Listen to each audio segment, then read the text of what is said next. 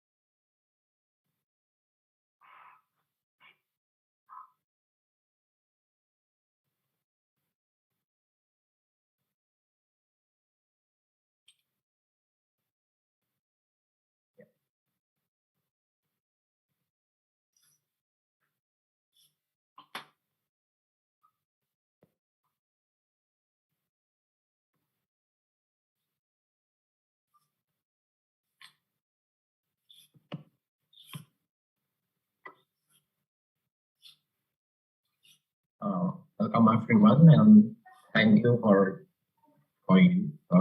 attending from wherever you are, and for making time in a world that not free from deadly virus.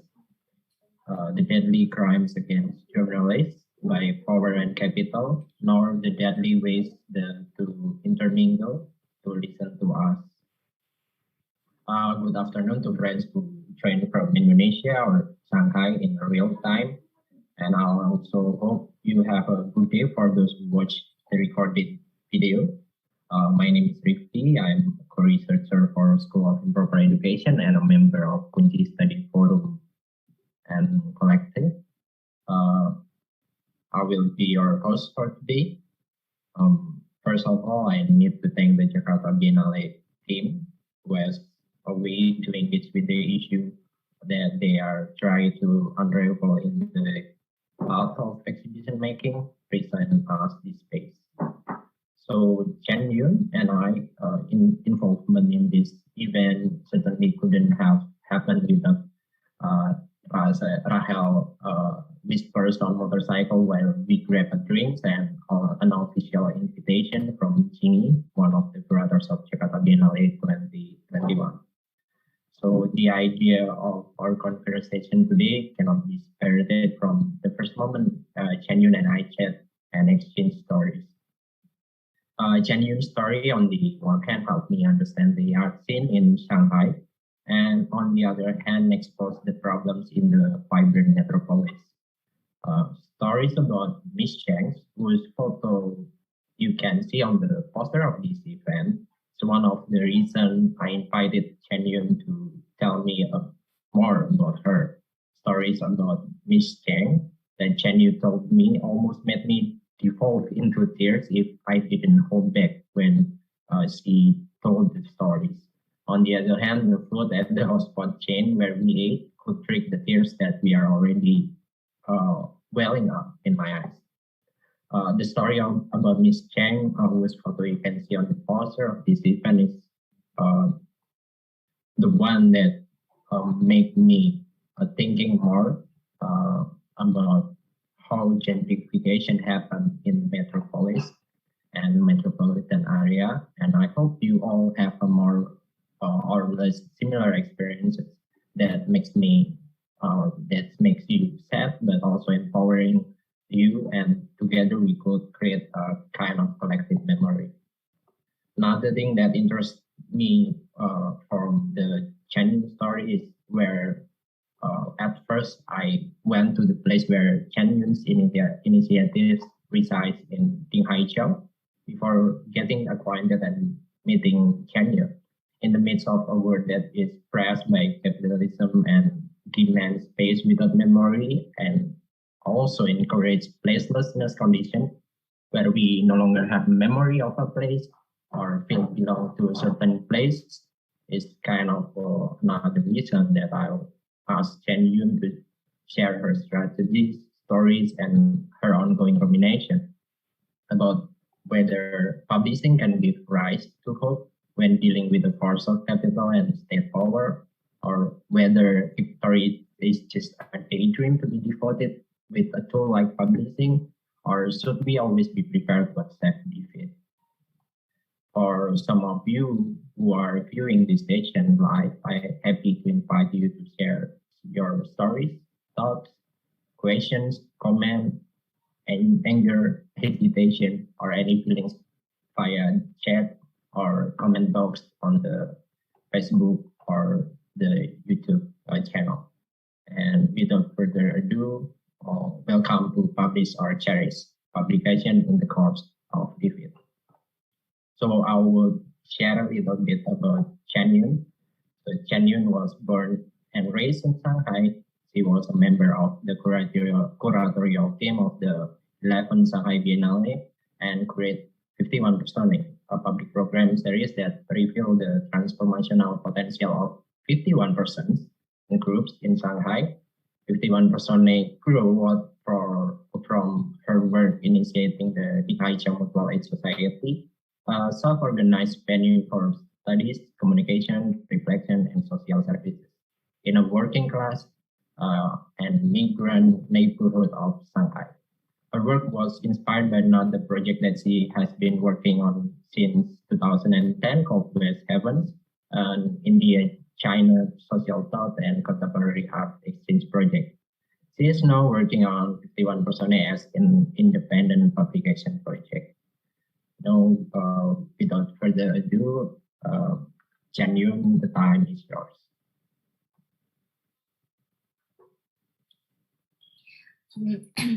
Thank you, Rifki, for your kind introduction. And I'm very honored to be invited by Jakarta Biennale and to present the things that I have been doing in the past couple of years, which, as Rifki has just put it, he also witnessed at a certain stage, and luckily before the pandemic, when the international flow of human bodies were still possible. So this title, Publish or Cherish, publication in the course of defeat, was in fact suggested by Rifki, but I take it as my title because I'm also curious about how I can respond to this assumption. So I see this title also as an assumption, a kind of things that we can work around, but we can still further discuss the explanations, the meanings behind each and every words in this title, main title and subtitle, including such words like, of course, defeat, cause, publish, cherish, of course, publication included. So it is a very stimulating title by itself. So I'm very happy that my story might help people, audience, to have some paths. So what I'm going to share are the paths or the journeys of myself in the past, maybe as long as 10 years.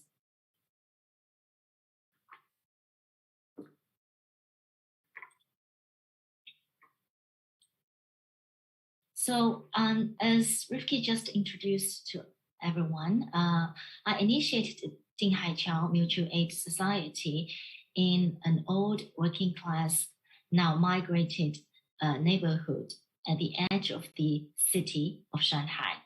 But my journey to Dinghaiqiao, when I look back, started in a bird's eye view on a street in Hong Kong in 2004, when I was studying my first year of master course in the Chinese University of Hong Kong.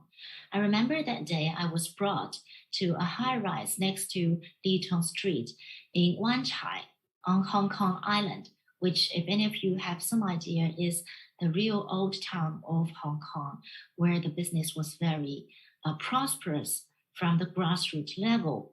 But by 2004, I am witnessing the end of a kind of struggle from the bottom up. The fight against the demolitionary settlement of the old neighborhoods and communities and shopkeepers who has been working, living, and contributing to Hong Kong in the street level, in this street called Litong Street. So many of the local residents at that time don't want to leave because to live in the area where they live in, this is what they insisted, because as small business owners, what they do is the local economy, and they are afraid that if they move away from the street, they will not be able to make a living. Back 2004, when I just graduated from college, which is in fact a university, which is a campus in Shanghai, which has not much to do with the outside society as a Chinese student, a typical, or what you can call a good student. We're not supposed to be exposed to the urban life as such. So this moment of looking into the street, which was decaying, and in fact, after some years, it's become totally a new spot in Hong Kong with almost zero livelihood and very poor business. In fact, I always see this as a starting point of my understanding of urban life. Although at that time the location was another city, was Hong Kong instead of Shanghai. In 2005, while I was doing my master in Hong Kong, I was asked by my Hong Kong professor to come back to the city where I live and research on one of the roads that I can pick up. So I picked up a road which was somehow on the way to my high school back in late 90s. At that time, 2005, the city called Doluan Road has already been, at that time, we won't call it gentrified because we don't know that word, but it was regenerated and upgraded as called by the government. I observed the street lives there in 2005, which is that only now remain at the back streets, while on the main street, the historical movements, which was represented by the left-wing authors movement in 1920s and 30s, represented by the famous left-wing author Lu Xun, Luxun. I think many of you might have heard of such a Chinese author who is a left-wing author who passed away in 1935 in Shanghai, not very far from this street, and has spending his very important last 10 years of life around this area. So at that time, this main street has been expanded and sculptures of these left-wing authors were set up for attracting tourists and as kind of commemorating the history. But at the same time, the back street lives were still going on, only not in the main street, which has been too wide and too unfamiliar to the locals to be used. So I observed this street in 2005 and wrote an essay as one of the contribution to a book of 11 streets in Hong Kong and China by my friends and classmates in Hong Kong and published in Hong Kong. So that's my starting point, consciously or unconsciously, as an urbanist, but at that time I don't even know this word in English, as someone who used urban life as a way of understanding the society, who look into urban life as problematic. Another journey that leads to Dinghaiqiao has something to do with a project that I did since 2010, when I have worked in the contemporary art world in Beijing, in the Olympic, post-Olympic, also pre and post-Olympic Beijing, basically 2007 to 2009 in 798. By then, I was working in a major contemporary art center at the time, a newly born, foreign invested contemporary art internationally, a professional, first kind of professional private contemporary art center, Yulan's Art Center in 798. So by 2010, I have already moved back from Beijing to Shanghai, when the art scene at that time was still very different. But I picked up a very interesting and meaningful project as a coordinator, which is called West Heavens. So West Heavens was a project initiated by Hong Kong gallerist and curator Johnson Chan, collaborated as the first year by Guangxin Chen from Taiwan, from cultural studies background, and Professor Gao Shiming in China Academy of Art, who is now the president of China Academy of Art in Hangzhou. So we went to visit. The first travel to Delhi was in March 2010, when I arrived at an underground space, a basement of CSDS, Center for Studies of Developing Societies in Old Delhi. So this is where Sarai Project locates. Sarai Project is a platform for research and reflection on the transformation of urban space and contemporary realities, especially with regard to the interface between cities, information society, technology, and culture.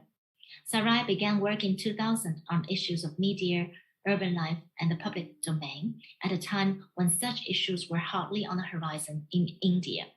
By the time 2010, when I visited Sarai, this group, this space, or this collective, this platform has been going on for 10 years, and we have already seen a lot of fruitful outcomes produced out of this platform by younger generation of Indian young people, regardless of their background and regardless of their media. So this project is the first project that that pay attention, specialize in urban India, rather than earlier more rural India was studied before Sarai.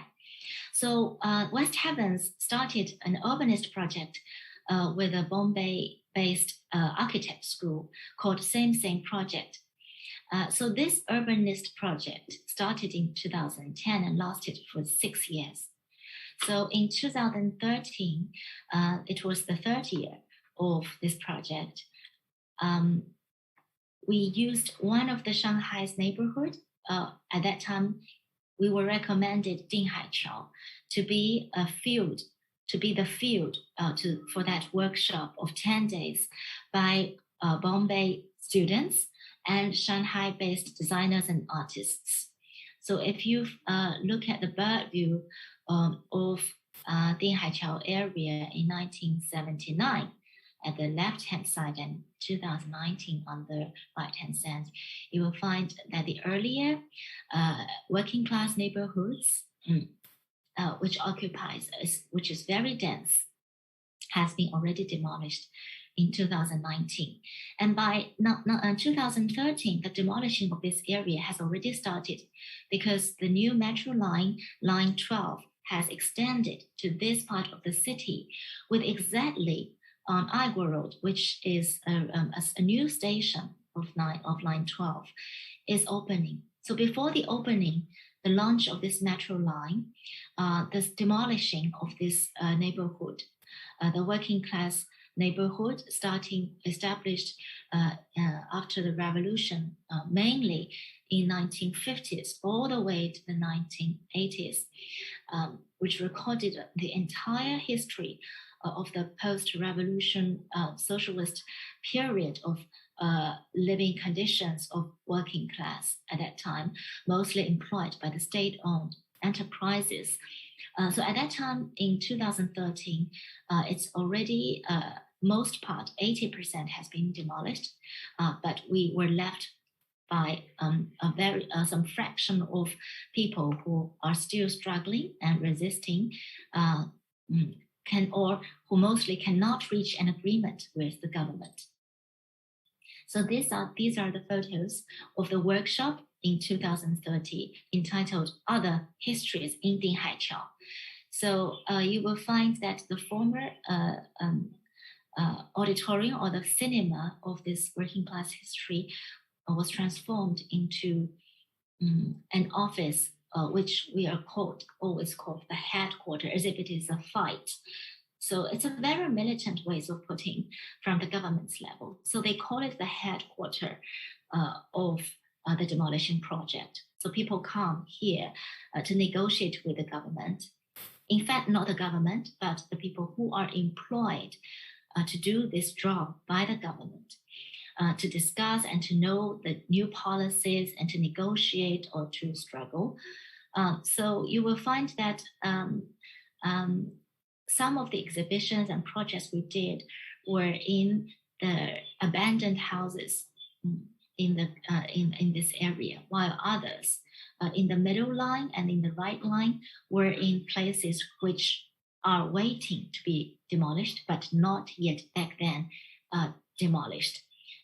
So just to give you more information, this year, 2021, the 4 photos that you find on the right-hand side, which is where the Mutual Aid Society located, started to be demolished. And now the headquarters has come into these neighborhoods, and they are expected to finish the demolishing a resettlement project by the end of this year. But back in 2013, what we felt is that there's an anxiety from the other side of this, which is south to the demolishing site in 2013. So this south part of Dinghaiqiao, which we later on settled for a while and researched and did art in get social engaged art practices, the people there has been expecting to be demolished, which is very complicated since 2005 due to many historical problems.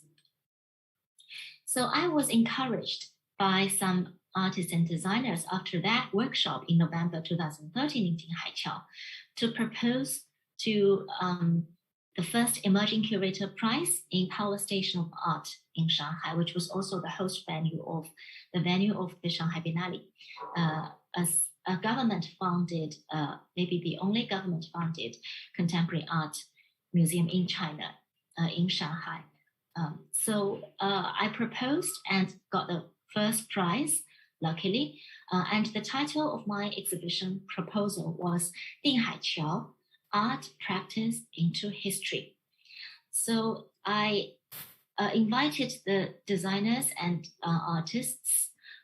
In fact, mostly they are just my friends, and only maybe 30% of them are artists by profession, in professional sense. Mostly they are just my friends who do whatever their interests are. So I invite them to do workshops for 2 and 3 months. And finally, collectively and individually, we produced an exhibition in the Power Station of Art, which lasted for quite long, for 5-6 months. By the time that the exhibition was going on, I'm already quite suspicious about a stilled image of Dinghaiqiao, while we have just feeling close to the neighborhood, which is in fact very intimate, but yet we need to work more on. So there's a controversial feeling at that time to me, because on one hand, the exhibition is big, spacious and quite interesting to many people, because for exhibition visitors, art exhibition visitors, this was not a familiar kind of exhibition. But to me, this exhibition seems to be far from good. So in my proposal of this exhibition, I already included the proposal of initiating a group called Mutual Aid Society. I got this term, I don't know from where, but I think it's definitely influenced by the urbanists and artists that I engaged with in the past 2-3 years in India. At that time, I have no connection to Southeast Asia yet, but India has brought me many stimulations as regards to the kind of relations between artists and intellectuals and activists, which was not there in China for many reasons. So I proposed this Mutual Aid Society as part of the exhibition. So I spared the money of this exhibition budget, quite some, more than enough for me to use that spared money as rent for the first year, to rent a 3-story place in Dinghaiqiao, which is a 3-story private house on Dinghaiqiao Road. So in you can find this inside and outside. It's about 15 to 20 square meters per floor, 3 stories. And we made it very multifunctional. And because it was regarded as in a sort of slum area, so the rent is relatively cheap as opposed to the rest of the city, where you can still go by quite easy traffic. So we continued to do the 2014 urbanist workshop in the same place, but with a new space where we did the final presentation, an exhibition. And later on, we also try out some small-scale exhibitions on the factory history, local factory history mixed with family history, just to try out what we can do in this space when what we can do in this space is totally, in fact, quite blank, and we don't want to presume what we can do. So what it can be regarded as a real starting point of the Mutual Aid Society is a children's art class, which was taught by a retired teacher from the palace, from the Children's Palace, which is a government-run children's palaces, like from the Soviet system and still running today in China, where you don't have to pay a lot, but your kids can get some extracurricular art education. So Mr. Xu was such a teacher, retired from the Children's Palace. Earlier, he was invited to teach in international schools or private schools as extracurricular art teachers, because he is very rich in teaching art. But he has never ever, although he is retired and he is from Shanghai, he has never been to this part of the city and be engaged with migrant children. So he spent one semester each weekend, each Saturday, one afternoon to Dinghaiqiao with his daughter, who just came back from France learning art and who was a curator started to work as a curator in a museum in Rifki Museum in Shanghai.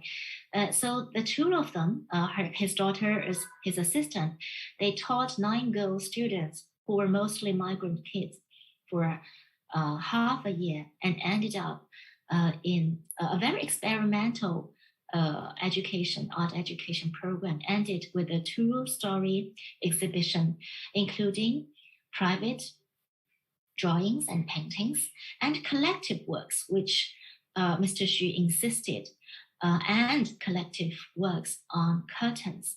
So it is a very interesting workshop which has opened our minds about what can be done and what needs to be done here.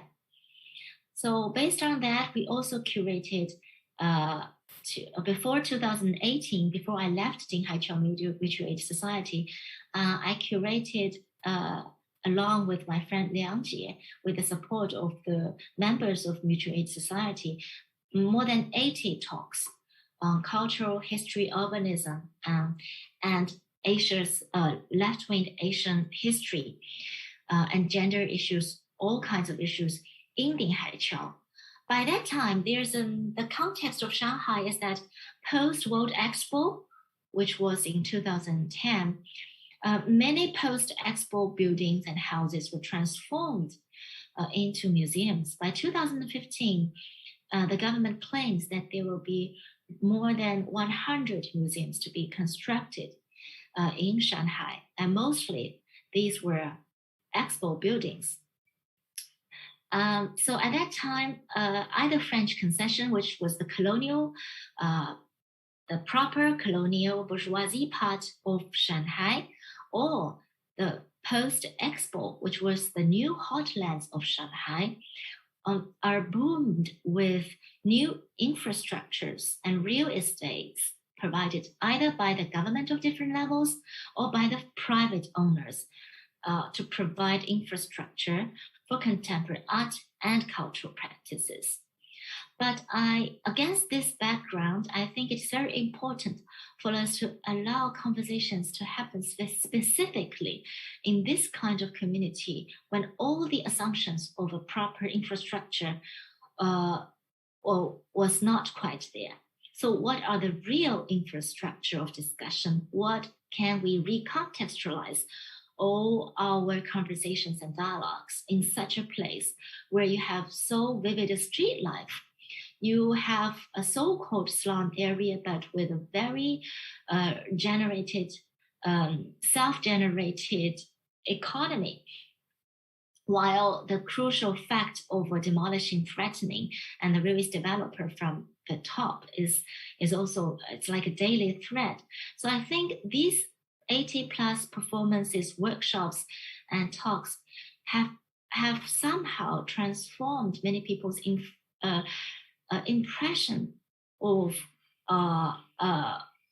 the possible scenarios that can be proposed along with the conversation themselves. So what I found is that when people who are invited by me come all the way from the metro station, walking through the street market and arrive at this humble, in fact, in winter it's extremely cold, and in summer it is in fact quite hot. In such kind of extreme space, when sitting itself is not even very comfortable.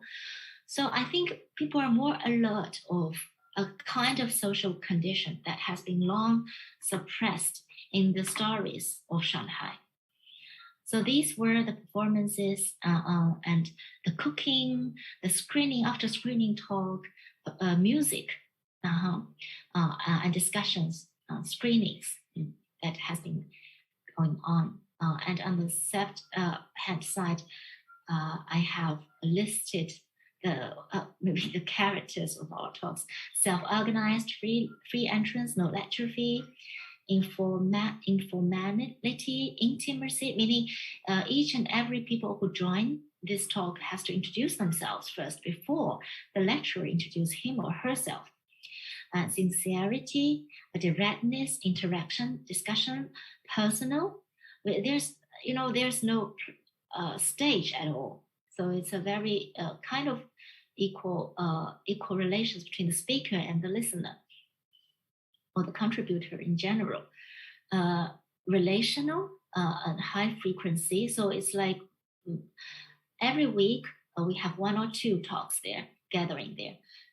It's almost like a night school.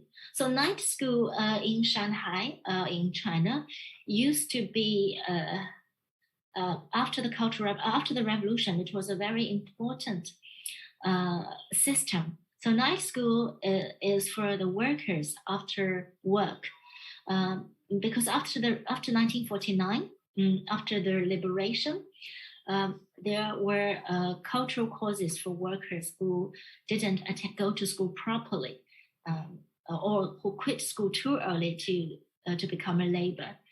And after the Cultural Revolution, and in 1976, night school again prospered for workers who didn't go to school properly due to the lack of education, the stopover of all the schools during the 10 years of Cultural Revolution.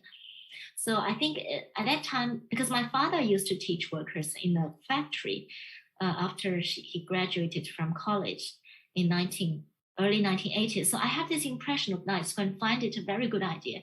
So I think, although I didn't call it night school, but it really functions as such. So these were the other photos of some of our Indian lecturers coming to our place. And we have other workshops in this period.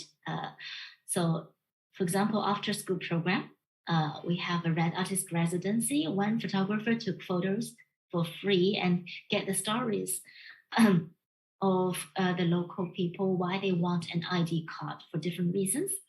And we have People's Kitchen where we cook. We have a marathon, which is just symbolically, it's a marathon, but it's a running across the streets, a designed street. It's not for marathon purpose. It's not only for physical exercise, but it is for a bodily experiencing of the street in Dinghaiqiao. And this whole marathon area in Dinghaiqiao is now all under demolition today. So this marathon in the middle, down, the second line in the middle, this photo was taken in 2016. And we also have children's workshops by artists and theater workshops by artists, as you will find in the right top photo. So at that time, we also organized events outside Dinghaiqiao. So one of this was in a former French concession, a space, a neighborhood called Dongsuwenli, which was, when it was constructed back in the 1930s, it was an upper middle class neighborhood. But now, when it comes to demolishing, it was regarded also as a slum. So basically, what we did is, in a one-night art event there, we bring food from Dinghaiqiao, half-cooked, to Dongsuwenli, and provide street food and sell them in the same price as it was sold in Dinghaiqiao, and cook there hot. So it was in an autumn, like in October, when the temperature at evening is already quite low. And generally, when people go to any art event, wherever, they feel very hungry and very tired by walking. So we provide them seats and we provide them lights. And the light was in fact also supported by the local residents who have not yet reached an agreement, not yet resettled, and left this neighborhood for different reasons.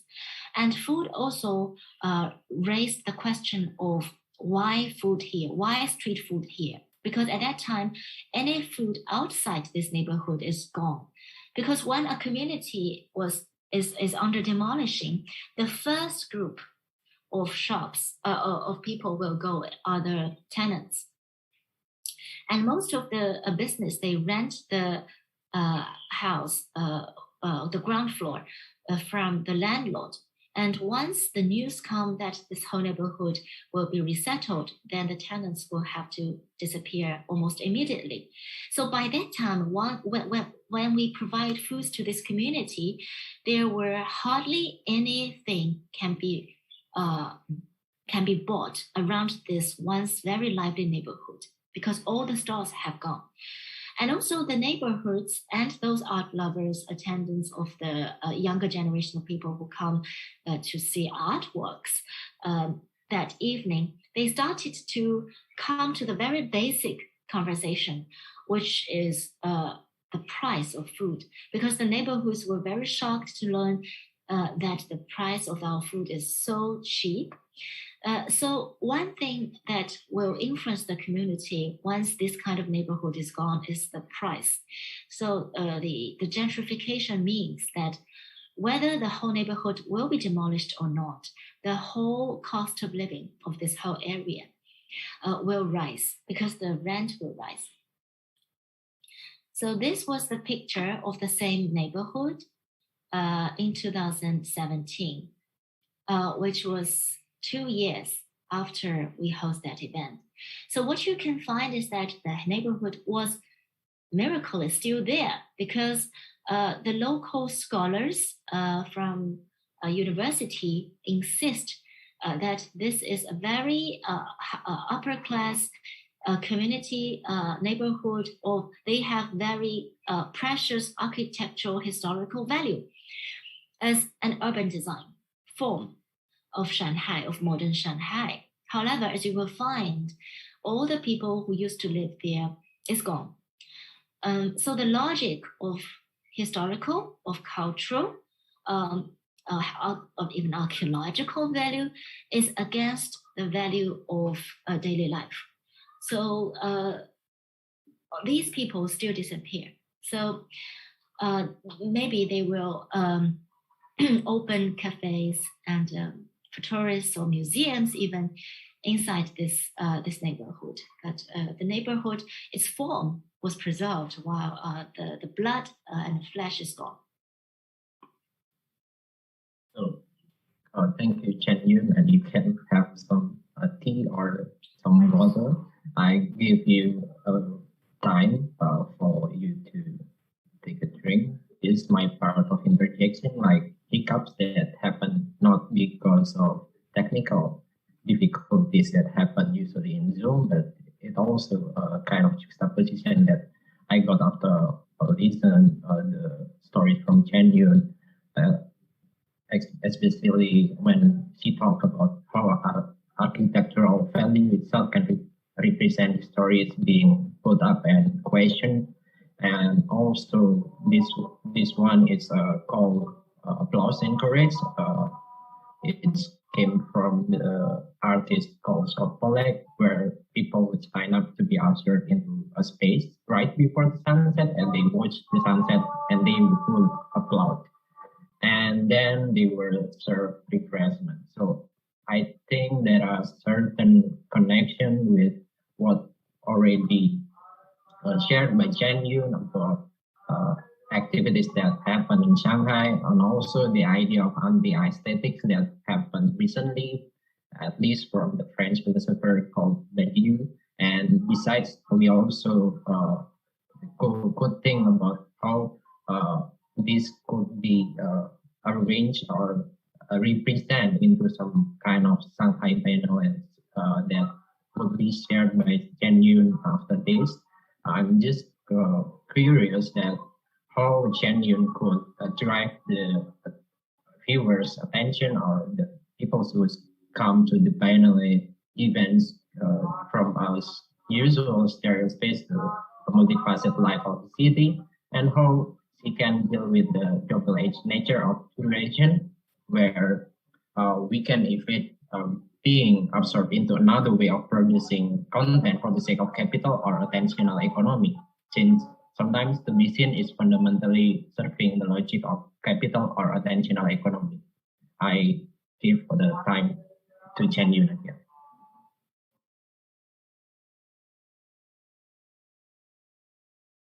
So the question is about the struggle of attention economy, which is very much true in the city of Shanghai. I think World Expo is one of the biggest attention-driven attempt from the state level in Shanghai. And on the daily basis, post Expo 2010, the kind of struggle to each museum in Shanghai is asking for more, the number of audience. So as if the more audience are coming, the more effective the exhibition or the program is. However, interestingly, for example, in Dinghaiqiao at that time, each time we have, if we have 4 or 5 people to attend a talk, we find it's already very good. If we have more than 10 and it's very crowded. So I think there are different levels of attention, and the kind of attention you are asking for and you require has a lot to do with the kind of space you offer. If we offer a limited time and a limited space, so we're not asking for a lot, then the kind of fulfillment out of this engagement can in fact be quite high, because the productivity comes out of the conversation and not come out of the passive audience numbers that a museum is calculating or the government is calculating. And it has nothing to do also with the mass, or we are thinking about the mass in different ways. While mass to most of the museums are just the number of audiences, faceless, and there's no reflections, and maybe just by face they have happiness or whatever, which is not even calculated. What we cherish is by attendance, we mean you are fully engaged in that very limited time and space. And we are co-producing some common ground. We are negotiating. We are digging together certain topic and issues. And continuously, we are accumulating a certain concern and perspectives that we can further develop. So we start from a very limited small piece of land and cultivating it daily in and daily out. And I think this is the way how Dinghaiqiao started. And this makes me to look at the numbers that the museums or the government level or the or private real estate developers are asking for, because they are thinking that these numbers will transform into either the consumption power, consuming power, or a kind of acknowledgement. But for me, there's no acknowledgement like such. Acknowledgement will not come out of faceless participation.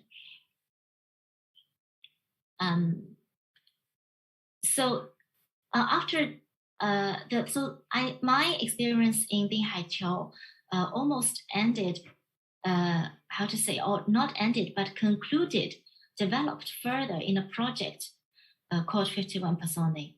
So this was in 2016 when Rex Media Collective which is a New Delhi-based art collective, who was also the initiator of Sarai, as I mentioned earlier, in the year 2000.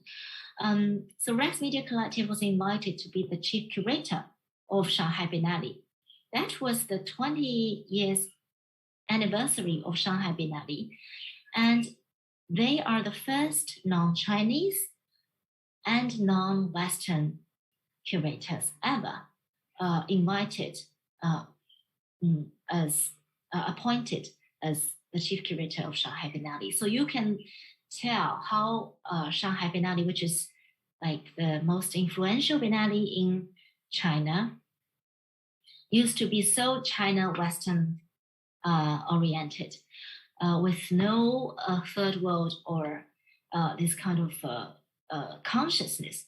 But starting from 2016, we have Rex Media Collective, followed by the Mexican curator. So things are gradually also changing, probably I think due to what West Heavens has been doing since 2010.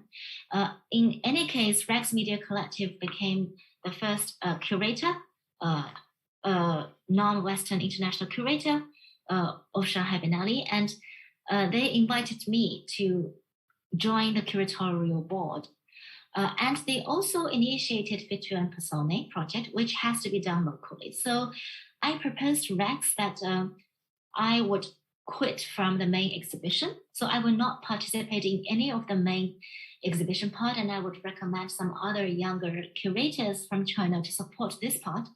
And I will devote myself to 51 Personae, which is an off-site urbanist project fully. So at the end of the day, I prepared for 10 months, starting from the beginning of 2016, to 2016 November, when 51 Personae really launched and lasted for 17 weeks, ended in March 2017. So this was the major project of the whole year of 2016, which I curated but coordinated by all our members, active members of the Mutual Aid Society.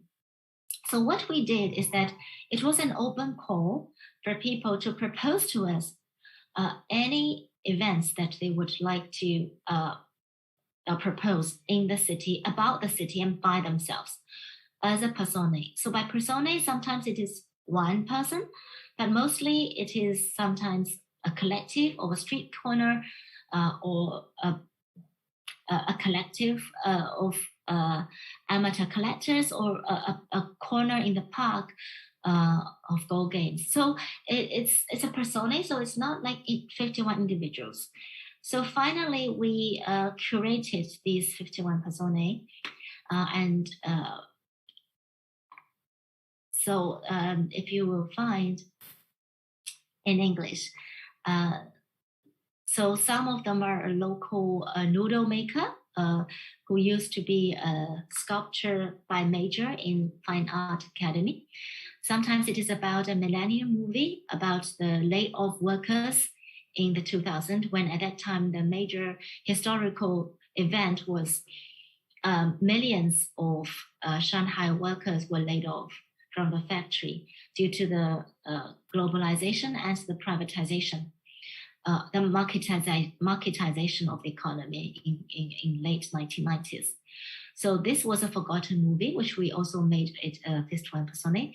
So one is a knife sharpener, so who is doing his business on the bike, and a movie poster painters who used to paint all the movie posters outdoor, but later they were jobless because of the new printing technology. So all these accounted to 51 events. And one story which I would really like to share with you is a story. One of them happened to Miss Chen. So the title of that event was Miss Chen, a lady who refused to leave. It happened in Jingyunli, which is in the north historical center of Shanghai, which comes back to my field research back in my second year in master in Hong Kong. So I did this research in Duolunlu. So this comes back to this venue, which is about a place which the house will not be demolished, but the people has to be expelled from her house. So if you look at the historical photo of where this house locates in a star, in a red star, you will find that earlier this was an entire neighborhood, and now many parts of it has become lands, now a temporary working as parklands to the south of this star. If you see it in the left image, colored image, which is how it looks like now. So it was a huge demolishing project in this area. So by the time in 2016, August 23rd, when I first visit Miss Chen, so many part of this neighborhood is already gone.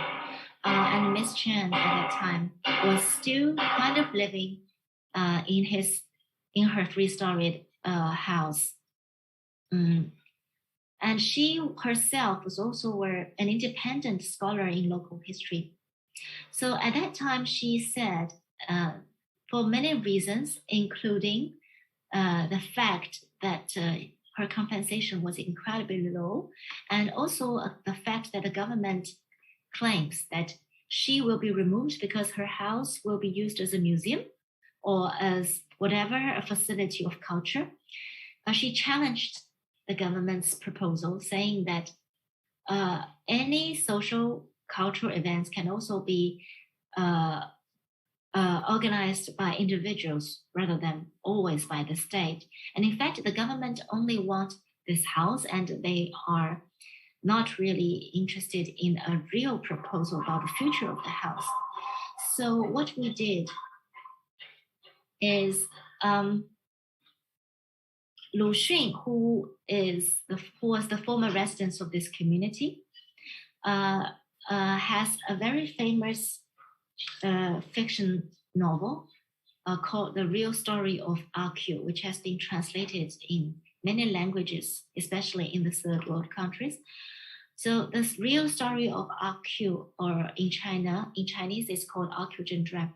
This novel has a very famous woodblock painting created after the Cultural Revolution end in late 1970s and early 1980s by an artist called Zhao Yanyan.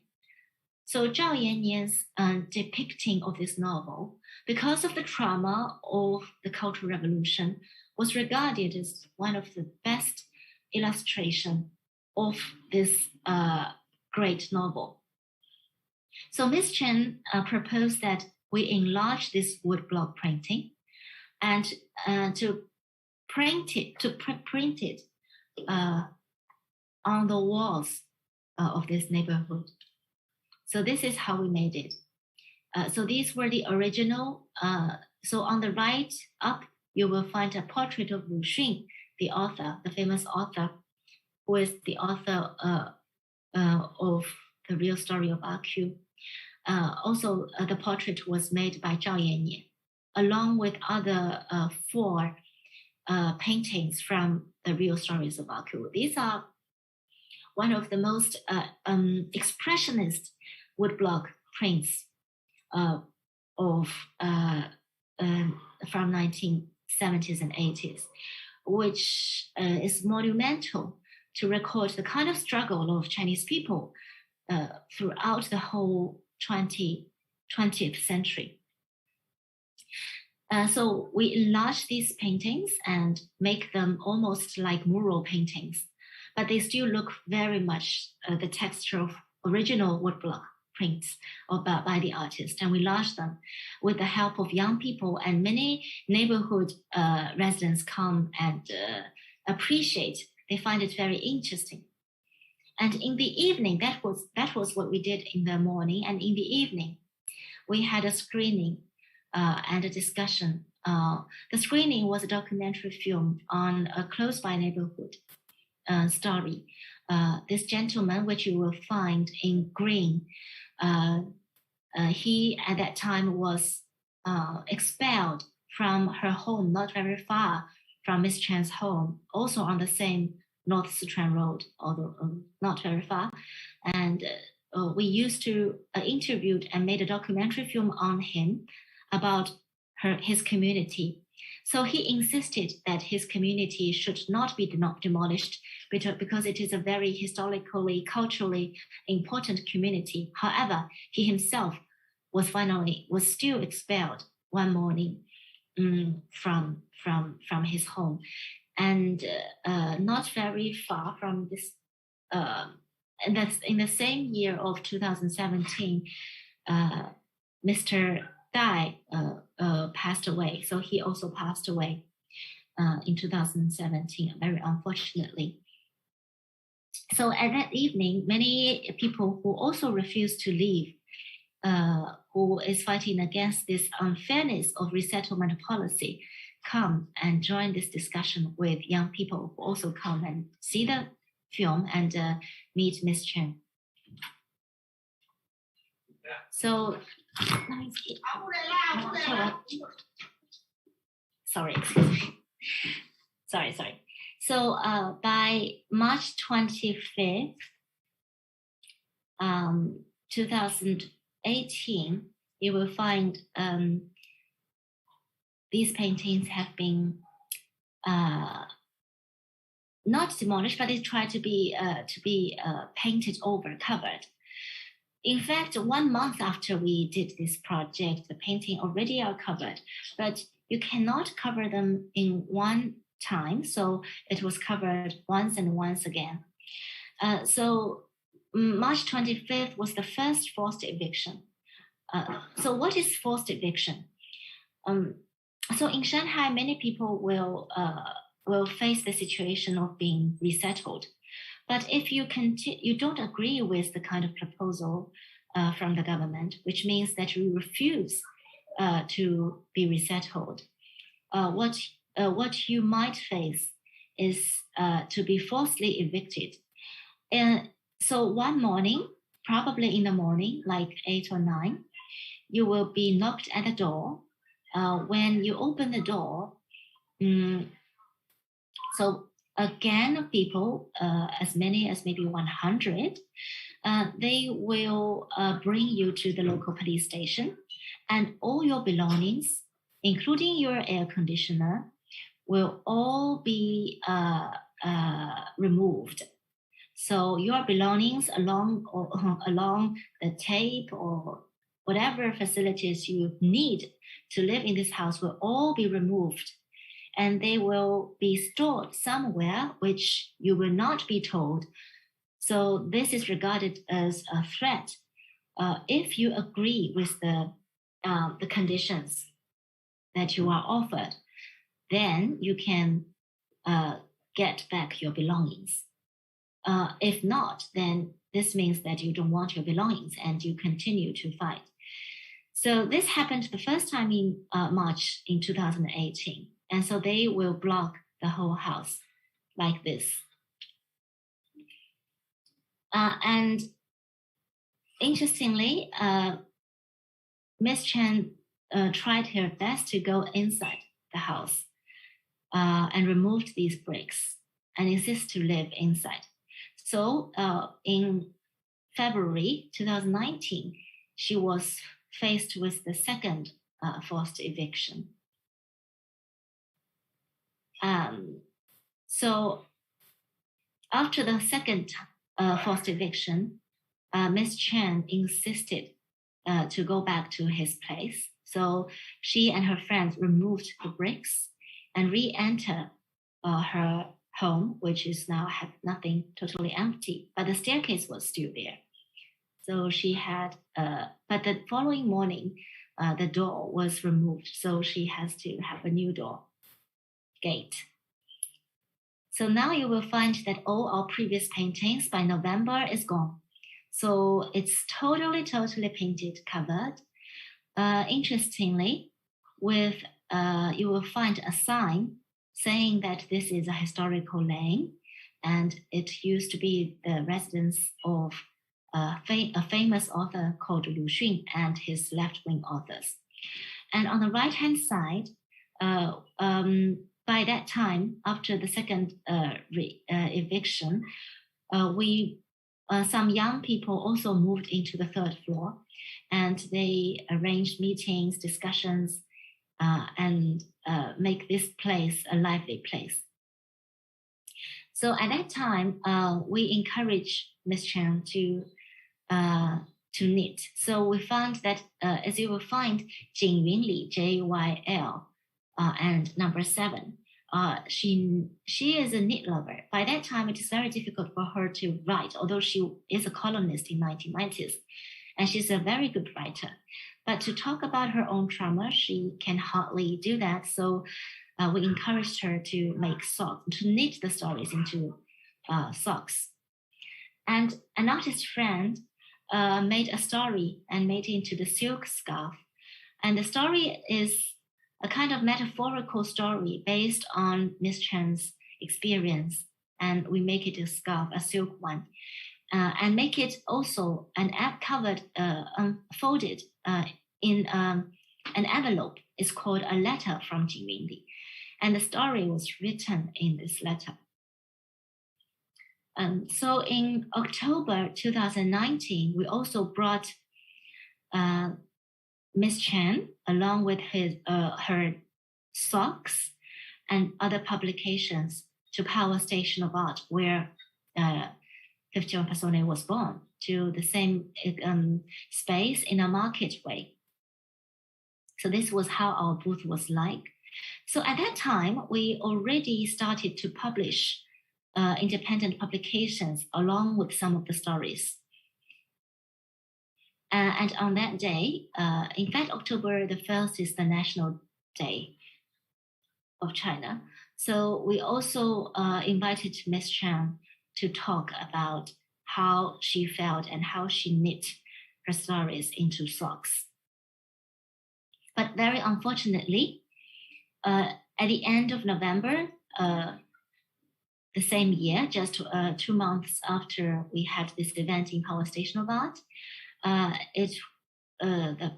it faced with the third forced eviction. So this time you will find they even removed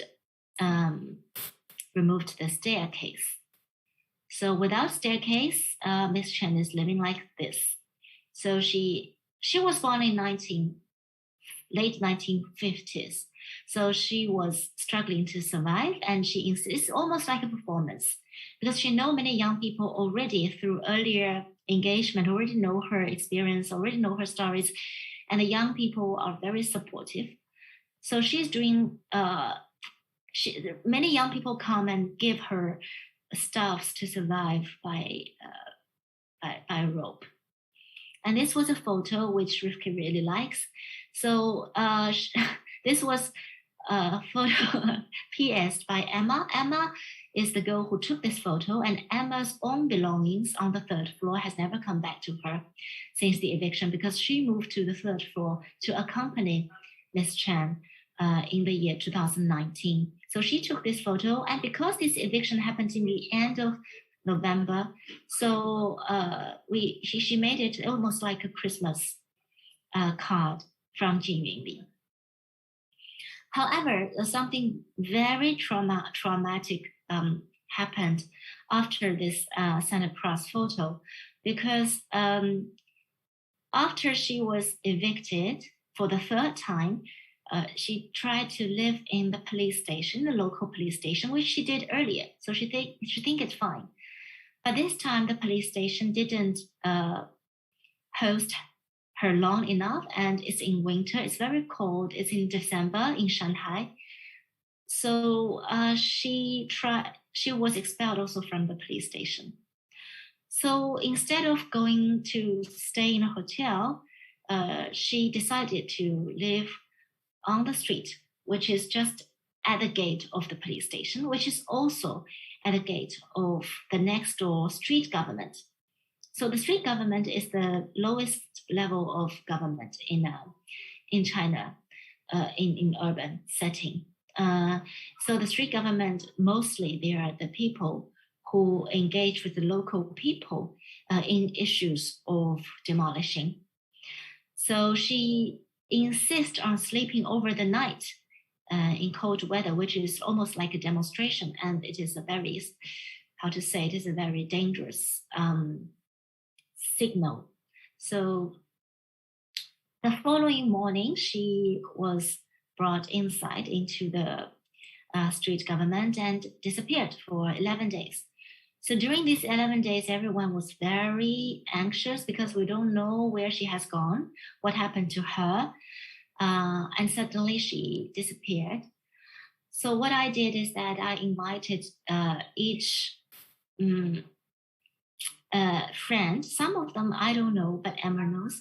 So we invited around more than 20 people to write the last time they saw Miss Chen.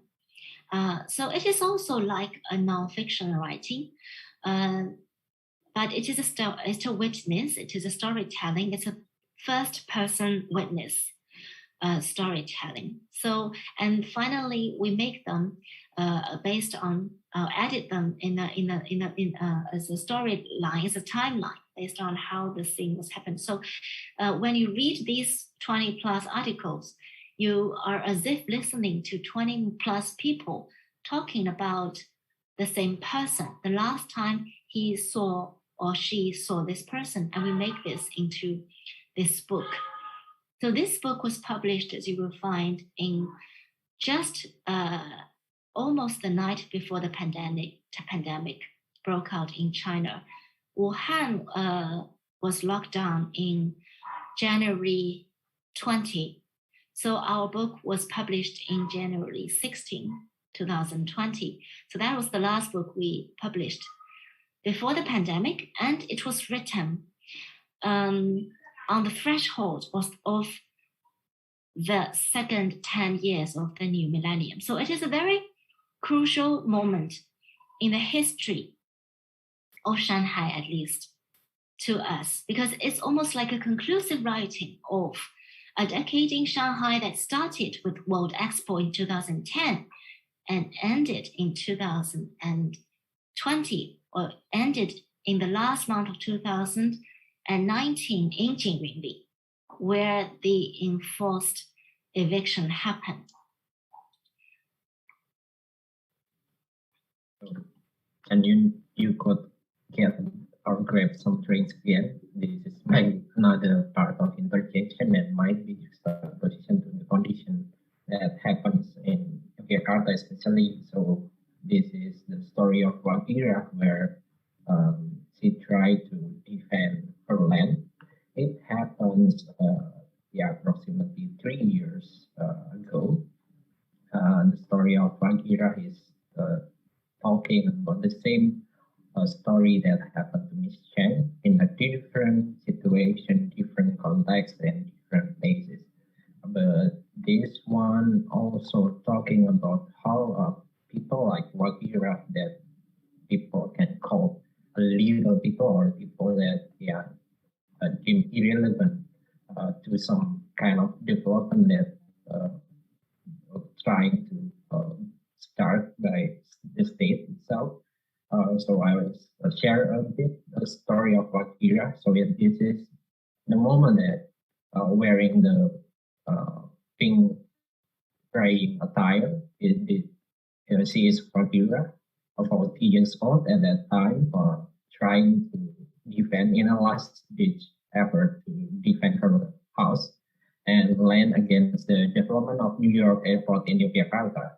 So if you fly from another city or another country to Jakarta to international flight, you will, the possibility you have is only 50% to land to the other airport. The option is, the half option is to land at the New Jakarta International Airport. So it already happened 3 years ago. This one when Wagira tried to kind of fighting to the police and military and provincial public order personnel that didn't hear her prayer. So you will see the most iconic image on the right side when she trying to pray of her in front of the military and dozens of police. Some of them came forward and forced open her door of her house, dropped, and Wagira and her son Yudi out. So while wearing a pink praying attire, she found out a police officer who tried to carry her away from her house. But this one story is only become a collective memory of people who know Wagira. That might be you will also share the collective memory right now, since I told you this story, and the people could also share the same collective memories if you share the story of Wagira, because the one that come up to my mind while hearing the story of Mr. Chen that told by Chen Yun is how we are gonna keep the collective memory alive, since collective memory alive, intolerant toward ambiguity. If you try to grasp the idea of collective memory, we cannot change this memory according to new ways of telling if there are no kind of way to connect it with the historical situation itself. This one will bring me into another part of interjection. Could you please share the next one?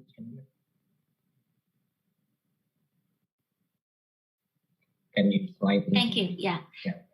So I just, you mentioned collective memory, which is a very interesting term at this point, I think, in China, because recently when the kind of control through internet and general exposure of information is so limited. And with the social media, either TikTok, and other local, in fact, Chinese domestic social media has distracted and at the same time attracted so much attentions of the people and so much of their people's time in different things. Whether we still have a collective memory of a certain image is very, very skeptical. I think this is a kind of condition that is very different, I think, from maybe 10 years ago, where we can still say that about World Expo, about the Olympic, we do have images at least. And for some trauma, like in 2010, there was a major fire of 2 high-rises in Shanghai. At that time, people were allowed to pay their sympathy to those who passed away due to this fire accident, which also has something to do with the kind of constructions that the 2 high-rises were undergoing. So we still have some collective memory through visual. But now I think this common collective memory through visual is very, very slim. And the possibility of establishing it either to enforce one from top down or to create one from bottom up are as difficult. So I think this might go back to, for example, if we talk about publication in my next part, I think this publication thing is also about this new situation that we are now in. Do you want to talk more? Yep. This is the second part of the interjections that also connected with what Chen Yun has been shared about the feasibility or the feasibility or how we could deal with the idea of censorship since we talking about publication. So this one is the visuals that you will get if you have applied to and arrive at Jakarta International Airport or near. So you can see that there are different kind of aesthetic that will please your eyes, but there are no way to tell about the stories of Wagira. So it's kind of a way me to ask Chen Yun later about how we are going to deal with this. I try to quote Shanghai about the qualities of non-cathartic feelings, where usually it would happen if you see something that cute or something that interesting. But as Shanghai talked about a non-cathartic feeling, this means feelings that do not facilitate action, that do not lead or culminate in some kind of provocation or release, irritation, for example, as opposed to anger. So it's just a simple feeling that these feelings are therefore politically ambiguous, but good for diagnosing states of suspended agency due in part of their diffuseness or lack of definite object. So in terms of those idea of visibility and also clarity, I just want to ask and Chen Yun and to start on the last segment of the talks is why you move from kind of dealing with the things on the site into a paper, and why publishing is a matter, since also that happened in China. There are a lot of censorship according the regulation that already happened recently. Also, visibility is a kind of not always beneficial for you as a publication or publishing. It's always kind of grabbing some attention from people, also from the government, especially when you talk about Chongyan graphics that you said before or told us before, in terms of how the kind of forced eviction happened in Dongsuan. Oh, and the next one, please to you to tell us about the story. Thank you. 2018, I started to work further on 51 Personae. So this has also something to do with the reflection on a Biennale, because now we are also on a Biennale event. At the end of the 11th Shanghai Biennale, I was asked by one of the Biennale official staff in Power Station of Art if I want to make an exhibition of 51 Personae after the Biennale is over. And this to me is almost the last thing I would ever do, because I said that it's not possible simply because all these people are still alive and they're still living. How can I conclude? I have no ground to conclude to any of what they have done. I'm not in the position, and I don't want to conclude, even to conclude the last moment of their living. I don't want to, because I want to leave all these possibilities open. Because to leave possibilities open, to make sure that the end is never met, is somehow part of what 51 Personae is about. So, but however, how can 51 Personae continue? Because when there was a Biennale, there were fundings, partly from the government, in the case of Shanghai Biennale, partly from the private. But anyway, the Biennale was providing you a platform so that what you have been doing, as if they are more widely known and easier to be recognized as something important through Biennale, right? So there's this power structure is facilitating partly what you have been doing, and you are also taking advantage of this structure for sure. But then when Biennale is gone, they are moving on to the next Biennale with another curator, with another agenda, with all other things. But I know that 51 Personae is unique.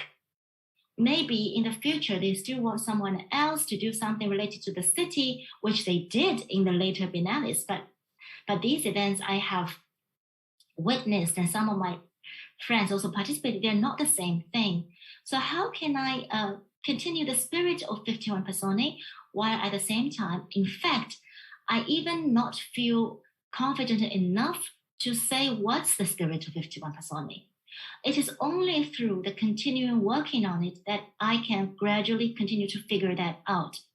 So when people ask me, how did you select 51 Personae and what is 51 Personae? These are the most difficult questions that I can answer, which means this project has to continue, but with no fundings, of course. So how can a project continue with no fundings, but still needs a collaborative ways of doing it? And at the same time, after 2018, two major things I think are happening, or they're gradually showing more obvious. One is what you have mentioned, the control of information, the censorship and all others, censorship also to exhibitions. And second is the further privatization and the further state control of all the space. The claim of the culture, the history, the claim of a tourist possibility, the claim of using any space to make sense, make art events to be part of the real estate development is very obvious. And it has been obvious post 2010, post the World Expo, but not to the extent as we witnessed after 2018. So I think we are definitely entering another moment in the urban development here. So if I am using or if I'm relying on any space, either it is very costly anyway if I rent the space for myself, because the less expensive space were all demolished, or I have to collaborate with private entities or with the government because they are the owners of all the public space that they also want to use and to generate content. Then do I want to do that? How can I collaborate? So then I was thinking that why publications are always regarded as the aftermath of an exhibition? publication is always the avant-garde itself. In the history of Shanghai, by the end of 1940s, there were more than 500 publishers in Shanghai. So all these publishers, they are small and they are doing their own content and they are unique in their attitude. So with all these hundreds of publishers in Shanghai constitutes the Shanghai culture. But after the revolution, of course, many of them combined and state turning to the state ownership. But still, we used to have a very strong publication capacity. So this makes me think that publication is crucial, and it is broadcasting, and it is creation. So I think it is good enough if 51 Personae can continue to work as a publication project, meaning that the limited readers who purchase the book is supporting this project directly. So this is a photo taken from 2 weeks ago. It's an exhibition that we participate in an ABC art book fair in Shanghai. So this is a place where we are given for free to set up an installation. So we set up a kind of installation which is like a street vendor. So one of the books that we just recently published is about the street vendors that we recorded back in 2016 and 2017, when the street level control is starting to get rid of all the street vendors who used to be very mobile and contribute to our local life in the cheapest way. So what we did, as you can see in this photo, there are some bamboo that we pick up just from my friend's garden, and the rest are leftover cloths and t-shirts and bags, and also wood block prints or block prints that one of my friends worked for an upcoming book called Working Class History. We're translating that book into Chinese. And also we're screening the street vendors that the architect friend who recorded them in a painting, she also took photos. These original photos, we show them in the screen, shows how the street life was back 4 or 5 years ago, which was no longer the same today. So many people, when they read this new book called 51 Street Vendors, or 5110, 10 meaning the street vendors in Chinese, people feel it's like decades ago, but in fact it's just 4 years ago. So this is a great reminder of people that we have just changed so much in so short a time. Because if we don't keep a record of today or yesterday, just immediate yesterday, so tomorrow we will feel that we should take every day for granted as if it is naturally such. But in fact, it is not natural, and it was not like such just the day before yesterday.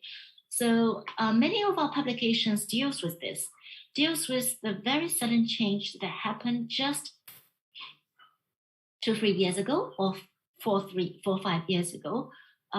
We can already call it historical. So in this ABC event, in this store, people come and sit and talk, and they talk to each other. And we also host a discussion. And also many people come and read our books in person. I'll give you some context about the art book fair in China. They started back in 2017 and 2018, when art book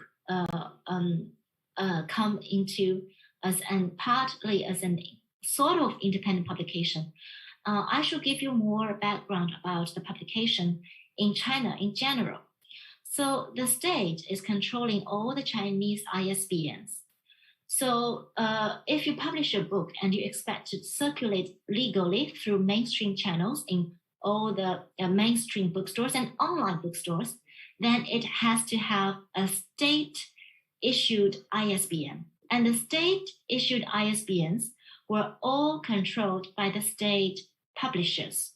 So there are hundreds and thousands of state publishers in all the provinces which holds these state ISBNs. So you can only publish in collaboration through these state publishers, then your books are regarded as legal enough to circulate around.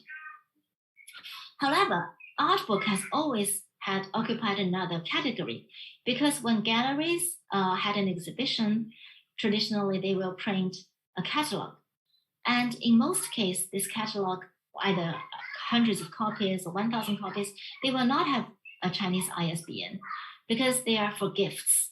They are gifting the collector or they are gifting the audience. So they're not really seriously selling. But gradually, we start to have a kind of publication, which is called art publication, which is not necessarily having a Chinese ISBN. However, this gap between a formal publication and non-formal publication is becoming so big that since 2017 and 18, there are many publications by artists or designers or cartoonists who will not have an ISBN, because ISBN meaning not only censorship, but also meaning that the publisher would like to publish it because maybe the market is too small, or so. There are many reasons that the publisher don't want to publish it. So there are many private productions by artists and designers collectively or individually which have no Chinese ISBN. And in China, even if you have a non-Chinese ISBN, it is not legal enough. So in China, you are not supposed to circulate any book with an international ISBN without a formal procedure of approval, which will take months. So some certain bureau will have to look at it before they give it a license that, okay, this international ISBN book can be circulated in China, meaning you can sell it in China.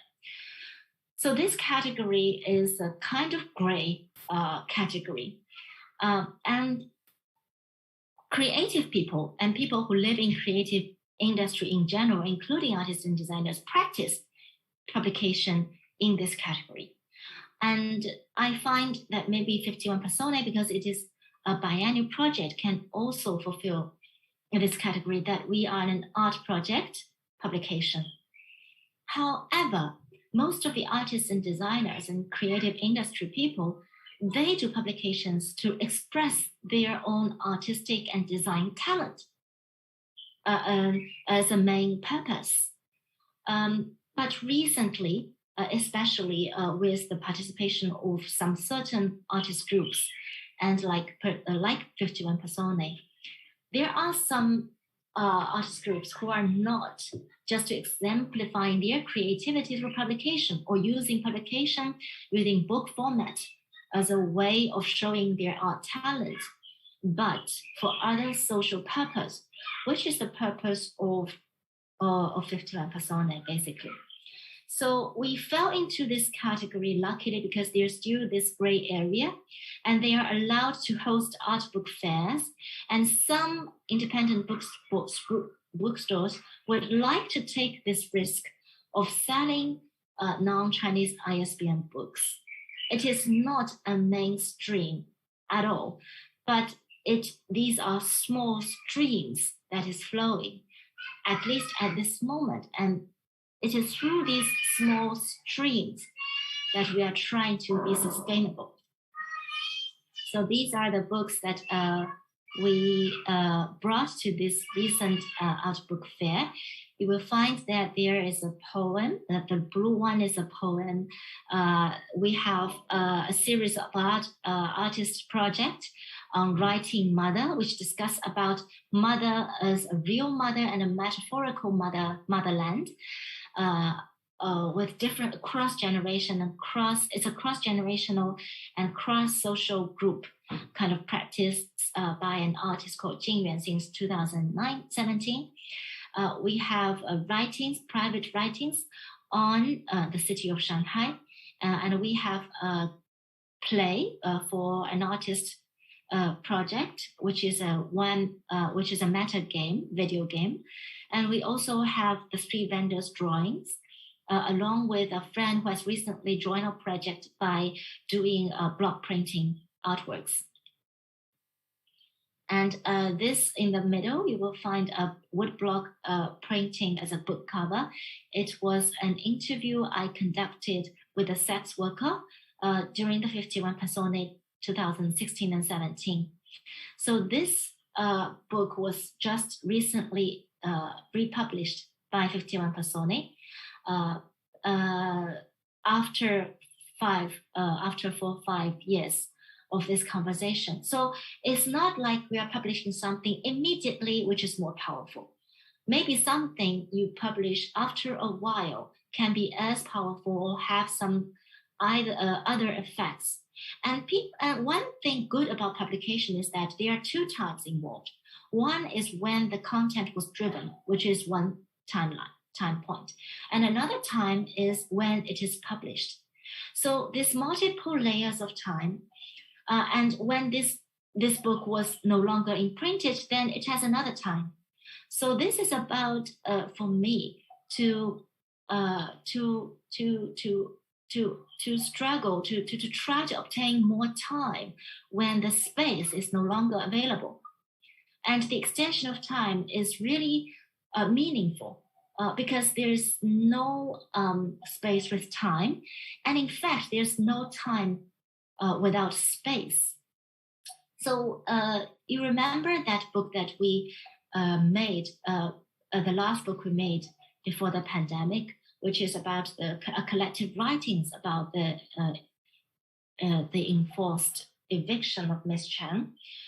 So that book, just 2 days ago, one man come to me and bought this book in the Unfold book fair where we had a store, we had a booth. He bought this book after I told him that it is about a forced eviction. And this man is in his 50s, I think. And he told me that he first bought this book from us and along with other 3 books. And he bought this book and he told me that he once forced evicted someone back in 1994. So he once did the similar thing to forcibly evict someone from their own home back more than almost 30 years ago. And today, after 27 years, he ran into this book about a forced eviction happened 2 years ago. And he is very curious and he wants to read it. He wants to know what it's like from another perspective. And he is not hiding that he had done this back 1994 out of whatever reason. And he is very frank that he is still curious when this book is available. But however, for example, if we have never done this book for whatever reason, for out of fairness or out of whatever, we didn't do this book and we didn't bring it to the art book fair. And this man in his 50s, he didn't meet this book. Then this will never happen, that he will never feel curious about the other side of the story. So now we bring the publications, our books, to different kind of fairs. And these are the 3 wood block printings by our friends for working class history. This is another wood block print by her for working class history. So with that, we also pre-sale our working class history book on the art book fair. So to conclude, this movement from space to time is not that we are escaping or avoiding space by fighting in time, on paper. But we are still continuing the struggle and to try to prohibit the end of any story by continually working on the stories, for stories to be written, documented, and be read. Because each of these action is part of a greater program, a greater action. So it's not that we are no longer acting, or we are no longer curating, or we are afraid of face-to-face fighting. Although it is true that the space is no longer easier to be struggled in, but we are continuing to be expressive and to encourage people to be expressive. And one thing that I realized after that past 2 weekends, after engagement with many readers who come to our booth and ask me, what is 51 Personae? When this question was raised again, and they are asking me, what is 51 Personae and what is it about? In fact, after reading our stuff through, some of the readers tell me, it's not my own word, they say, I think you're about realism. It is about realism in today and different kinds of possibility of realism to be realistic in today's context. And I think it's a very good reflection from the readers. They say that this project is socially concerned and the attitude is a realistic attitude. So back to Dinghaiqiao, now it is under negotiation. The headquarters of demolishing project, the government has launched their campaign in this neighborhood, and people are waiting to be approached by the government, and they are going to say farewell to each other forever. And one of my closest friends who was born in 1940s, was now in 70s, was born and raised in Dinghaiqiao. He now kind of thinking moving outside Shanghai forever. He's thinking that he is not, if Dinghaiqiao disappear, there's no reason for him to accept living in Shanghai. So he will probably move to some other provinces. So what we are currently doing is we are interviewing his friends. So these are his friends, what I'm shooting in these pictures, with 3 main interviewers who were born after 2000. So they are college students now who were born in 2002 and 2003. They are the youngest ever collaborator I have. And they are encouraged by me, and I help them to connect to these people, and they are doing interviews. And although they cannot fully understand Shanghainese, although they grew up in Shanghai, but the local dialect is declining.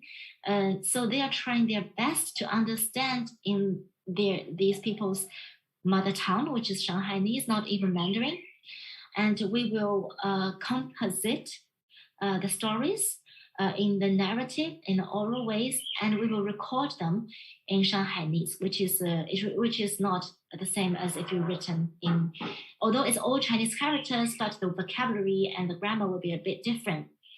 So we are expecting this as an ongoing project, and we will publish these Shanghainese dialogues gradually until the end of the day, when the last home from Dinghaiqiao is gone. So this is one of our ongoing projects that is very much relevant to Dinghaiqiao. It's almost like to witness the disappearing of Dinghaiqiao. Yeah, thank you. Thank you, Chen Yun, for your wonderful presentation and stories that you shared. And you can have time to take a breath. I already have a bunch of notes and questions. I also invite people that view these sessions live would also ask via chat on Facebook or YouTube channel. And there are some comments from Baron that give some emoticon kind of we use usually when we have a chat with our like kind of cages, we share this emotion or emoticon since it's icon, it's okay, and it's pen. So I don't know what is the meaning since it's we can regard it as art. another art, since might be better to say okay and keep writing or another things. And there are some questions also that come in into the chat on the Zoom, and I will touch it and might be weave it into the conversation. But I think I had one question before that, and while waiting from the others to like writing or just dropping the comments on the chat.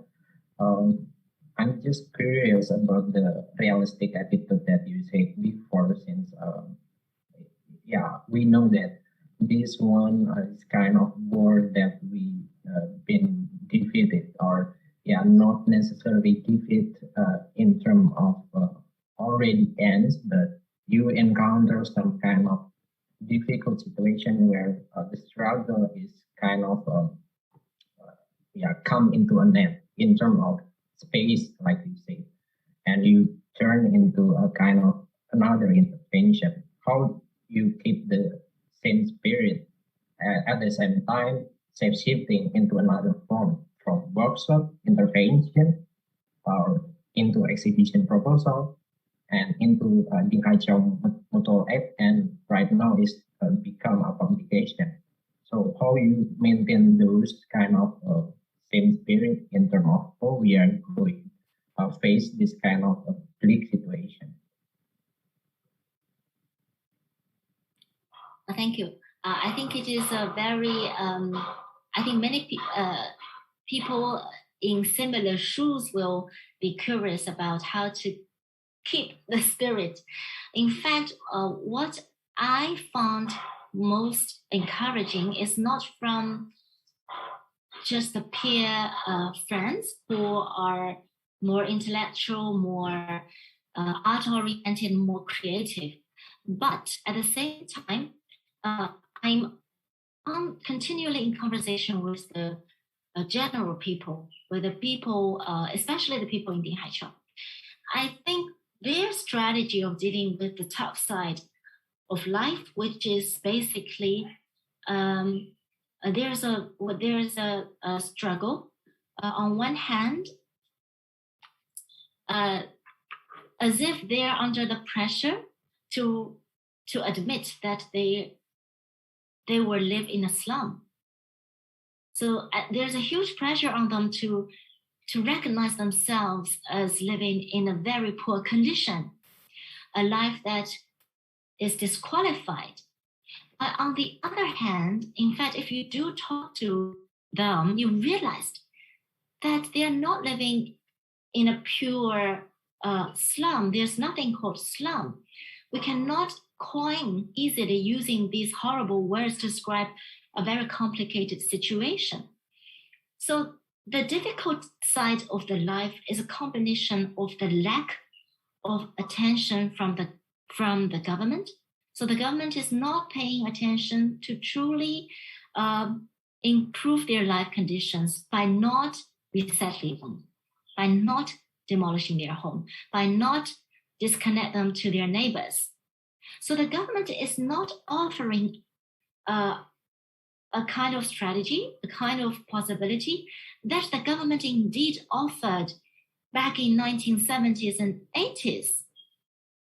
So if you don't ask them, then no one, so it is through this conversation with these people that it makes things clearer that there's no one single word that can easily coin any situation. So how come you feel hopeless? I mean, you feel hopeless because you think it is like as sure as if something is as such, but in fact, there's nothing like that. So the possibility is that the more things you engage, you interact, the knowledge driven out of the interaction. It's not that you don't know and they know. It's because none of us know. And through this digging, through conversation, we realized that what has made the situation as such. Will that lead to hopeless? I don't think it will change the fact that the government will not make their life better by not demolishing their house. However, this kind of richness in thought has made us more confident about our imagination, what we can imagine and what we should not imagine, and to clarify at least what are the things that we are not agree with. Because sometimes we'll assume that we are not agree with something and we assume that we are fighting against something, but in fact that something is not quite there. Then what is it? So I think it is these, I constantly feel that it's an endless pushing of the question. And this is only a result of further and further discussion between me and the local people and between me and my peer friends. And we are kind of contributing to each other. So in this sense, we are not really using their materials or knowledge, because the knowledge and material is not there if we're not there. And it won't be there if we just imagine they're there. So, so this route of creativity is very different from other art activities, but I think it is a very nurtured ways of producing things. So I tend not to feel very down, although the situation is going down. I think it's because I'm exposed to many first-hand stories, firsthand. And it is only first-hand stories that I feel endless.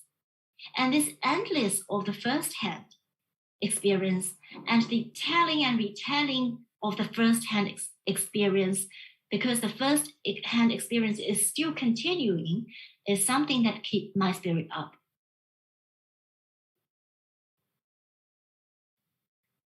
Yeah, that's really wonderful. And I also noticed that the way you like frame that no of us know or imagine what DMAS is kind of brings some kind of openness. It's kind of a hope in the dark. So yeah, you didn't know what happened next or the actually will happen next, but you still like moving in the dark with kind of candles or other things.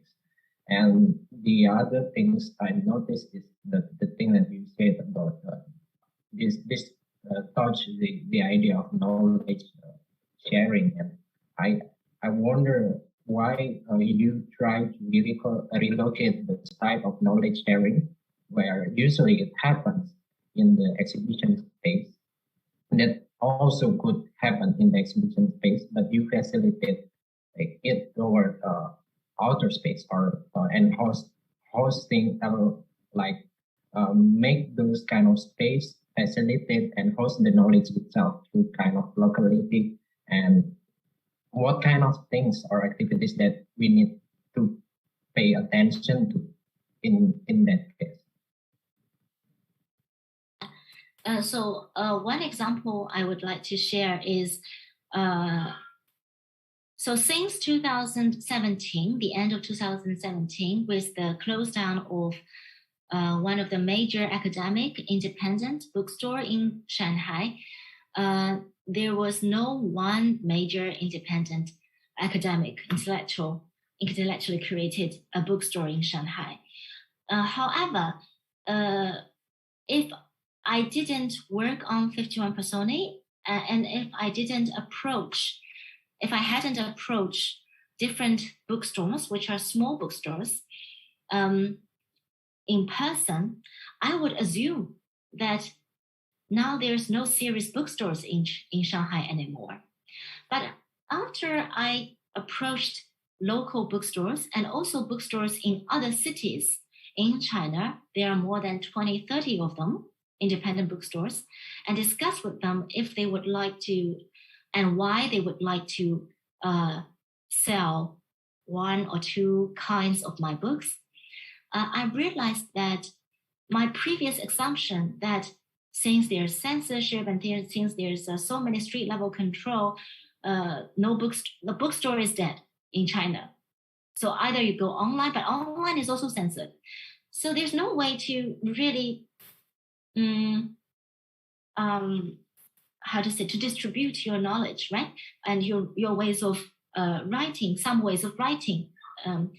Is that a dead end? But after I talked to these bookstores individually, I realized that it's not true at all, because they are like stars, small stars or seeds in cities in China, in different cities in China. Although they themselves are very small, they're tiny, but the kind of spirit that they keep going on is that they believe in books as a form. However, if I don't provide them with independent publications, they would assume that they can only select books from what is formally published. But the more I discuss with them, the risk, also these technical issues, and how to stay secure and also do some little thing, I realized that they as a whole, as a network, although they are not that connected by themselves, but they are like seeds and networks of some alternative distribution of knowledge in the country.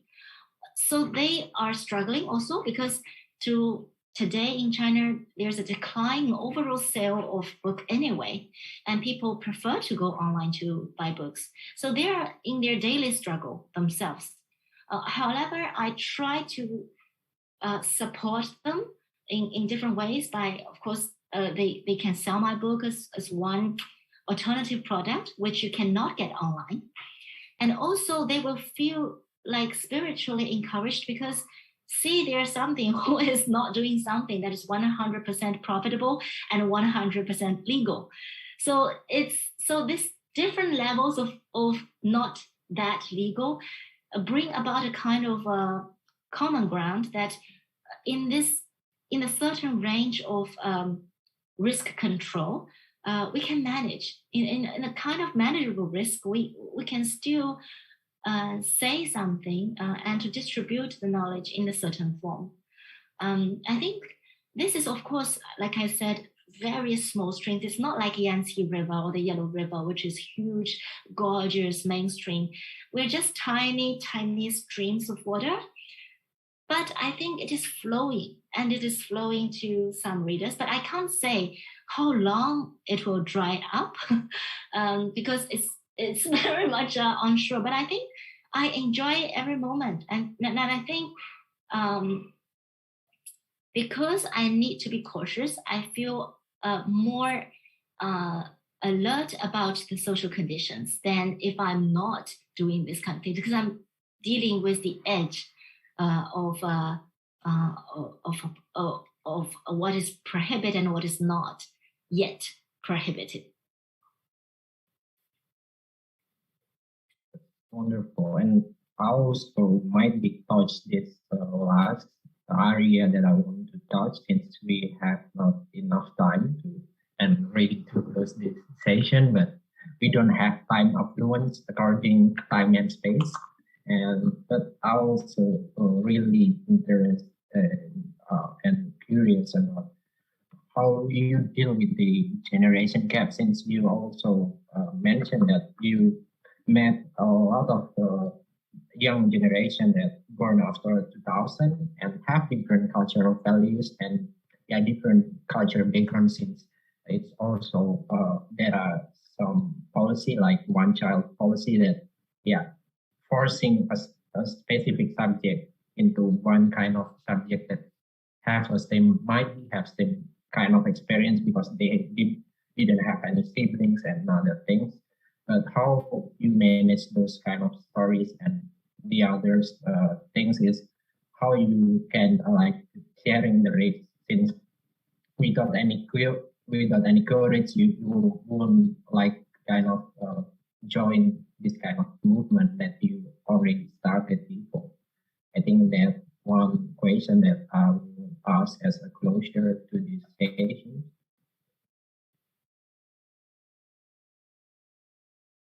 Can you repeat the question again? Yeah, the question is how you kept those kind of generation gap since you sharing the knowledge and also the activities with the young generation. Also, how about you share the knowledge of risk since we need to share the risk and be courageous to join the movement like that you said before in independent publishing, you encounter a lot of risks. So about the generation gap, this is something that I have always been working on. And I think I personally learned a lot by working with, first I worked with, of course, I was born in 81, so post-80 born generation I did, and then post-90 and now post-millennium. In fact, this generation thing is interesting because for example, I'm asking the post-millennium students to interview those who were born in 50s, and I realized that to me these are my parents' generation, and to them it's their grandfather's generation. But they realized it's important for them to understand their grandparents' generation, because you can always find similar people in your family tree. If you are still, so family is the least unit that you can feel relevant to. And in China, I think at least we are still cherish the family to some extent. Not yet that we are so atomic like a Western society. So they are comparing the similar generation. They will always relevant to their family members. And to understand them is to understand their own family, which is to understand themselves. So this is one way to bridge that gap. And second, there's a very important thing is that I fully trust what they understand as such. For example, there's a lot of lack in knowledge, which is true. For example, they don't know about Cultural Revolution details as much because their parents were born after the Cultural Revolution or at the end of the Cultural Revolution, not like my parents were the Cultural Revolution generation. So I know Cultural Revolution more directly from my parents, but they need to know about Cultural Revolution from their grandparents. So their Cultural Revolution scenario, knowledge, context, of course, they lack. However, I believe in how they catch up. And this is the value of asking them to catch up. So no one is prepared enough. And but I think the value is that they managed. So maybe they didn't understand it in fully yet, but they already encountered them in person. So it's like a historical encounter. No one in college today will ask them to interview someone, their youthhood, which was a cultural revolutionary youthhood. For example, they're from Fudan University. And now the Cultural Revolution history is removed from history department almost entirely. So this period of history is no longer taught in a college. So in the field, in fact, they should be feeling very lucky that they are meeting the real person in a way that is productive and in a way that these people also feel needed to tell. And these people are also in the position that they are willing to tell because they know they are leaving. Once they leave this neighborhood, they know that they will be scattered all around and there's no collective identity anymore because they are collectively from a certain system. So their identity will be even more blurred and hard to be told. And they themselves will hard to be found anyway. So it is in a kind of urgency, which is a historical moment, historical urgency. So I think to push them to the front and to ask them to do the interview is much more worthwhile than for me to do the interview, although I probably can do a more in-depth interview than what they can interview. But I know if I'm beside them, then they will somehow rely on me to raise the questions and to push forward the conversation. So I would prefer to hide behind, and they will be on the front line. And we can discuss whatever they got as materials and to further add up to questions. So this is the way I work with them. So to make them as the main entity of a project, and to fully trust in their potential, and to believe that the kind of meeting between them and the interviewee is very important. Yeah, thank you, Chen Yun. Again, I need to say thank you again for your time to share the. Yeah, it might be sad stories, or it might be, we can call it a pain in some extent, but it's so hard to forget pain. So it's not a kind of different ways to see it, and it's even hard to remember sweetness since we have no scar to show for happiness sometimes, and maybe this one kind of telling stories that might be sad is kind of a lot persevering. So it would be kind of nice to hear your stories. And I'll also want to thank to again Chen Yun and also Jakarta Biennale team behind the screen. And maybe we could gather again in the next monthly event as a listener and prolong our collective memory that we are already started today. I hope you enjoy our conversation and stand tall and stay happy. Thank you. Thank you all, Chen Yun and Mas Up, for this really, really generous session where we're talking about the generational divide of history as we move along with, developmentalism and so on. Hi, my name is Shani. I'm one of the co-curators of the Jakarta Biennale. I'm sorry I didn't get to introduce myself earlier. And thank you so much for your contributions. I'm just going to round out today's session with a big thank you to, of course, KUNCI's collective, who's actually one of our participating artists for this Jakarta Biennale, and also all our different collaborators who've been working with us. So this marks our